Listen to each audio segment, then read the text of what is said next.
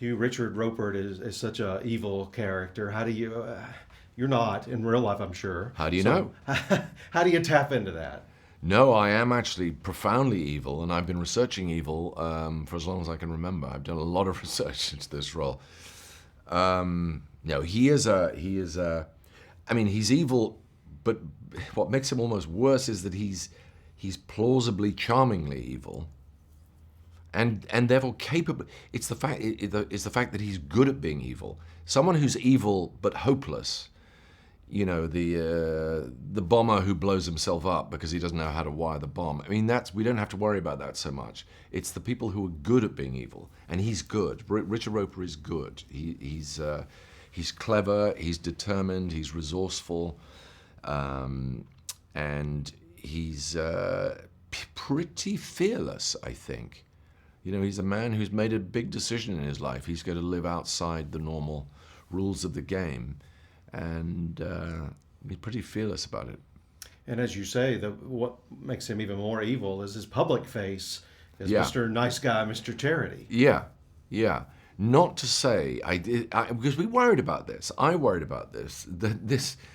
It somehow feeds the idea that when you see great and philanthropic acts being done, charitable works being done, that I don't mean to encourage people to believe that they are not what they appear to be. They, of course, are. They're all worthy and splendid. It just so happens in this case, this is a character who, says one thing, does another. Not the only person in the world to do that, but the divergence between what he says and what he does is probably, it's about 180 degrees. Yeah. As you worked with the different other characters, one thing I noticed was he could just see right through people, and the looks and the glances tell so much about him. Yes, I think that's part of it's part of what makes him scary, but it's also part of what makes him attractive. I think if I were in his orbit, there's something enjoyable about being with people who see you for who you are, even if what they're seeing is not flattering, and even if they're seeing it for the purposes of getting you to do something or exploiting you in some way. There is nonetheless, like a therapist almost, somebody who actually quickly and accurately sees who you are and what's driving you and what you're afraid of.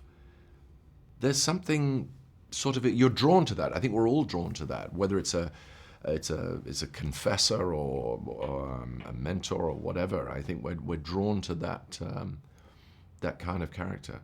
And it is part of his power.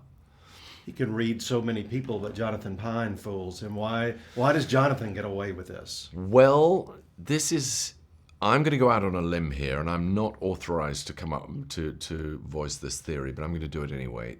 I think at some level, Roper knows. Roper is looking to be betrayed, and he wants to control and appoint his Judas. Because at some level, not consciously, I think Roper knows that he is a damned soul, that he has committed terrible, he's not long for this world.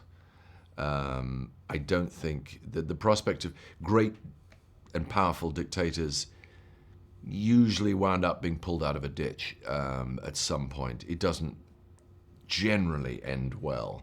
There are a few exceptions, but not many. And I think Roper wants to control that final scene and chooses Pine. This is very fanciful, and it's as if I'm trying to take on, Roper has controlled the whole thing. I don't necessarily know that I don't believe it's conscious entirely, but I think at some level, he knows something's up. In the same way that Corcoran consciously does. Corcoran knows. Doesn't know why he knows, but he knows something doesn't smell right. I don't buy it. And there's some, he consciously sees it and says it. Roper, I think it's maybe operating on a less conscious level. Anyway, that's my theory. And John Le Carre should very properly call me an idiot for trying to interpret his characters so impertinently. It's a great project. Congratulations. Well, thank you very much. Thank you. Thanks.